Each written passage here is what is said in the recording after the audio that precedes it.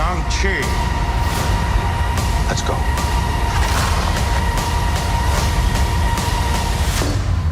Oh.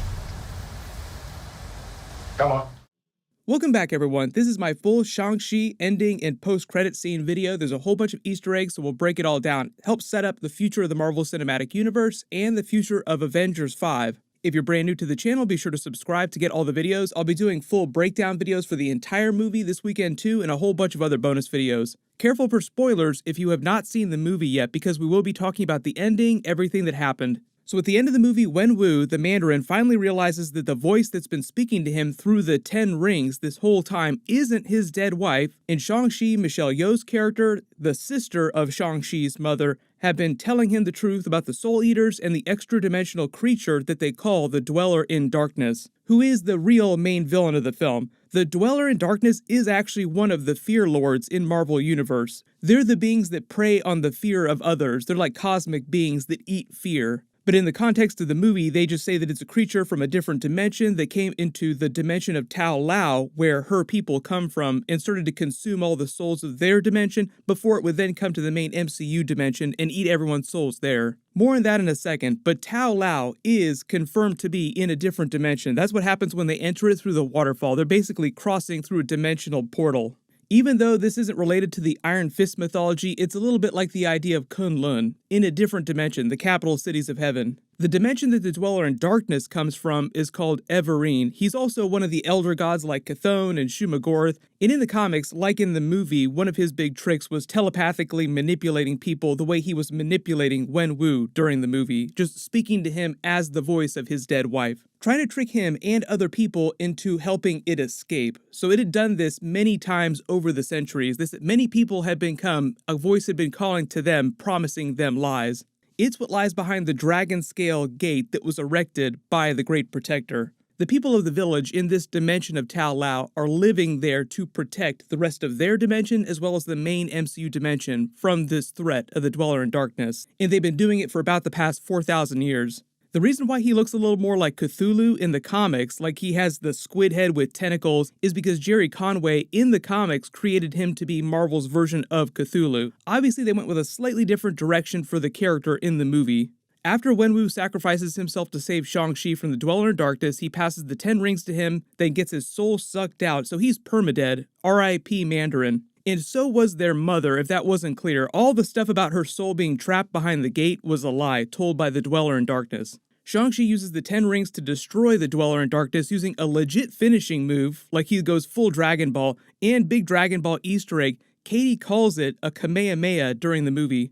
If you're not a big Dragon Ball fan or not a big anime fan, the Kamehameha was like the first big type of energy power-up attack depicted on that franchise, and it was kind of like the precursor to the Super Saiyan power-ups in Dragon Ball Z later. Maybe they'll make more Goku references to him about when he learns to harness the full power of the Great Protector Dragon more in future sequels. And if it wasn't clear, the reason why his energy is yellow like that instead of blue like his father's, because his energy is the same color as the energy his mother gave off when she was using the 10 rings at the beginning of the movie when they were explaining Wenwu, the Mandarin's backstory. She said that her power was a gift from the Great Protector Dragon, and I think it works the same way that Peter Quill's celestial powers work. When he was in proximity to Ego the Living Planet, he could form things around himself, he could give off celestial energy attacks, but when he's not near Ego, he seems more like a normal person. They never fully explained this during the Shang-Chi movie. I think they'll get into it more in the sequels, but my theory is right now that they're able to draw on the power of the Great Protector Dragon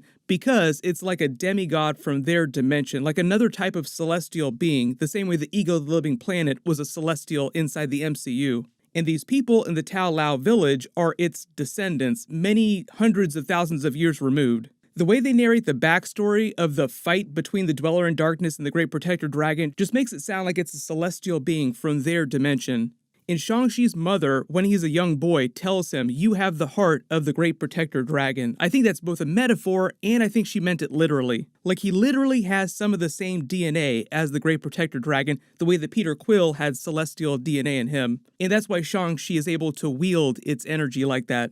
And this also gets into the origin of the 10 rings and how they actually work inside the MCU. More on that in a second too when we get to the mid-credit scene with Wong, Hulk, and Captain Marvel, because that's basically all about the power of the 10 rings.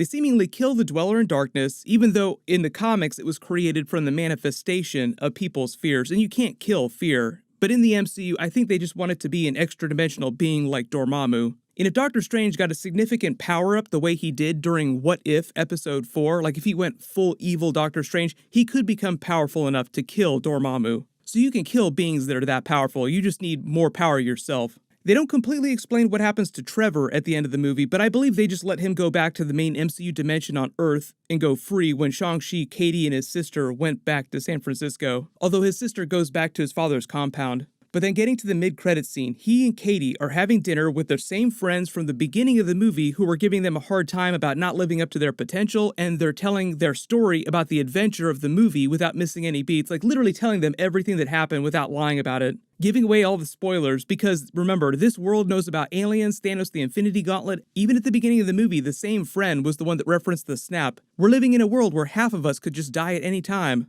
So you have to remember that in the MCU now, ground level, just normal people, aliens, Thanos, the Infinity Gauntlet, that's all common knowledge, so it's not weird to have conversations like that anymore. But their friends still don't believe their story about going to a different dimension in Tao Lao until Wong shows up, opening a portal into the middle of the restaurant and starts yelling for Shang-Chi and tells him to bring the 10 rings and for both of them to come for an Avengers meeting inside the sanctum. Wong steals one of their drinks on the way out real quick, just downing it in a single gulp. Wong does like to have his fun, as we see later after the mid-credit scene, taking a trip to the Hotel California. But if it wasn't clear, the room where this meeting is happening with all the books is the library at the Sanctum, which is why I say this scene is happening before the events of the Spider-Man No Way Home trailer, because there's no giant snowdrifts all over the place. Wong is holding an advanced Zoom call meeting with the Hulk, who's completely changed back into Banner from Professor Hulk. His right arm is still in the sling, so it's still all gimpy, permanently damaged it seems, but aside from the Infinity Gauntlet damaged arm, he seems pretty normal and healthy otherwise. Captain Marvel has her same costume from Avengers Endgame, but she's grown her hair out long again since the events of Endgame, so a little bit of time has gone by. They're using the same type of technology that they used during Avengers Endgame for the conference call because Captain Marvel is still in the Kree-Skrull part of the universe. Wong says the reason why he called this Avengers meeting is because when Shang-Chi used the 10 rings to Kamehameha, the Dweller in Darkness, Wong says that everyone in Kamar-Taj, he, Doctor Strange, all the sorcerers in the main MCU dimension, felt it. And when he says they felt it, he means they sensed it, like sensed some incredible cosmic power was being used. Like sensing when Thanos, the Hulk, or Iron Man were using the Infinity Gauntlet. Wong says that there are no records of the 10 rings in any of the Sanctum's codex. They keep records of all magical artifacts and items in their universe, so that confirms that the 10 rings came from another dimension, and bringing it back around to the way Shang-Chi and his mother were able to use their dragon energy, Great Protector energy, to wield the 10 rings in a more powerful way than Wenwu did. I think the movie pretty clearly implied, and Michelle Yeoh's character implied, that the 10 rings came from her people's home dimension of Tao Lao. Even though she doesn't clearly explain that to Shang-Chi. Like, he asks her point blank, what do the 10 rings have to do with any of this? But then she launches into that big exposition dump explaining the history of her people from that other dimension of Tao Lao. But during that speech, she never mentions the 10 rings again. She just talks about the war between them and the Dweller in Darkness and how the Great Protector Dragon showed up to help them. At the beginning of the movie, it's actually Shang-Chi's mother who's narrating the story of the 10 rings for him. She talks about the legend of the 10 rings. Shang-Chi, there are many things that you need to learn about the 10 rings, but some of that will come later. During that, she says the legend of how the Mandarin found the 10 rings changes over time. Some people say that he found them in a crater. Some say that he found them in a cave. Those are just references to the original Iron Man comic book version of the Mandarin and how he found the 10 rings inside the Valley of the Sleeping Dragon. In the comics, the rings themselves were actually just devices to power the McLuhan spaceship, which had crashed, and that's how the rings wound up on planet Earth. In the MCU, they're doing something different with the rings. I'll talk about that more in future videos where I think they're going to take the sequels, because I think they're doing some of the McLuhan stuff from the comics, but just changing it a lot, saying that it's all coming from this different dimension.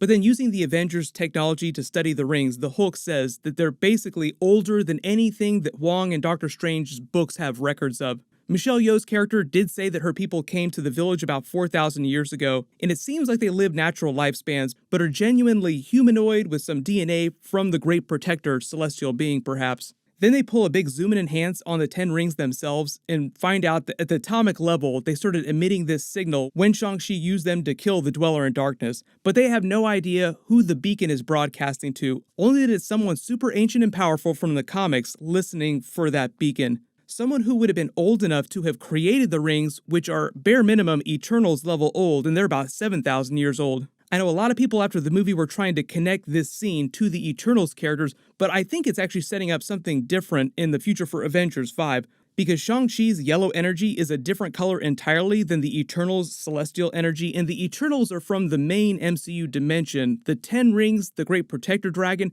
Shang-Chi's energy are all from a different dimension of Tao Lao. So the big cosmic being that the beacon is contacting is probably from the dimension that his mother's people are from. Also, because Captain Marvel is here for all this, I think it's a sly wink and a sinister twist on the space pager Avengers Infinity War post-credit scene, where Nick Fury activates this souped-up space pager to contact her across the galaxy. Like the 10 rings or a cosmic energy level power-up space pager broadcasting across dimensions to someone super powerful. And they'll pay that off more during the Shang-Chi sequel, and theoretically it'll also be a plot point setting up Avengers 5. Because the way Wong was hyping it up, he made it sound like the Avengers would be dealing with whoever shows up to answer that page. My early theory is that it would have to be somebody as big as Galactus, the way that they're hyping this up as a huge Avengers-level threat.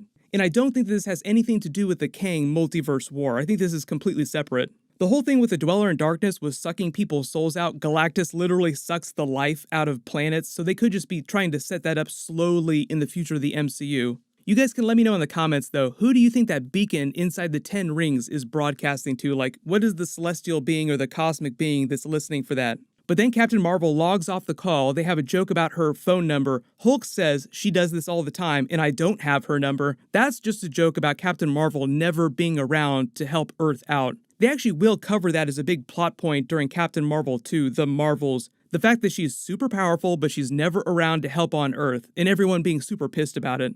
They tease that a little bit on WandaVision with Monica Rambeau's character. But then Wong says their lives, Shang-Chi and Katie's lives, are about to change in a big way, gives them a welcome to the team speech, which is the movie's way of saying welcome to the Avengers. Then they bring back that karaoke joke from the beginning of the movie, like we're super tired, we have this big life ahead of us, doing Avengers stuff, so we should be responsible and get to bed early.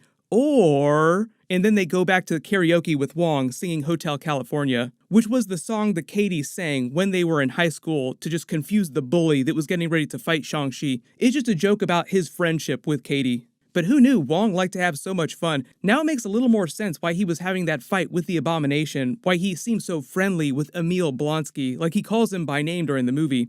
I will do a separate video about the Abomination and what was going on with him during the movie, because they tease something really big going on with him, but they never completely explain it, and he just kind of goes away in the middle of the film. I do think it has something to do with what's going on with Val's character putting together the Thunderbolts, the Dark Avengers style team. But Val herself does not appear anywhere in the film. Then in the post-credits scene, his sister Xia is back at their father's compound and takes over the 10 Rings organization and changes things physically and metaphorically, so that now they have women assassins as well. Those were not Black Widows, those are just regular 10 Ring soldiers, warriors, assassins. She kind of upgrades her former fighting competition organization using the 10 Rings. Like she even has her little fight promoter there from earlier in the film. There's all this graffiti decorating her father's compound, just like the graffiti around her fighting ring in Macau. She's also changed the flag in the symbol of the 10 Rings, giving it more red coloring. She says they have a lot of work to do, and then the tag at the end reads, "The 10 Rings will return," using her new version of the 10 Rings logo. Obviously, they will be back for Shang-Chi 2 in the sequel, but I think the whole point of the tag here, reading 10 Rings will return, means that we'll see them in another movie sooner than that. And because of all the shady stuff that Sharon Carter is doing as the power broker now in Marvel Phase 4 and Val is doing on the DL separately, I think that we might see the 10 Rings come back during Captain America 4. Like a lot of people mistook Macau, the location of her fighting ring, for Madripoor, so it seems like she as a character already fits in with a lot of what's going on with the Falcon and Winter Soldier power broker stuff. But post all your theories about that in the comments below. When is the next place that we'll see these version of the 10 Rings show up in a movie? I'll do my full Easter eggs breakdown video for the entire movie next and talk more about what's going on with these people from another dimension and Tao Lao, the 10 Rings themselves, the other huge cosmic questions that they didn't answer during the movie. If you do have any questions about the movie that you want me to include in that, just write them below in the comments. Everyone click here for my full Spider-Man No Way Home trailer video, and click here for my full What If Episode 4 Evil Doctor Strange video. Thank you so much for watching, everyone stay safe, and I'll see you in the next video.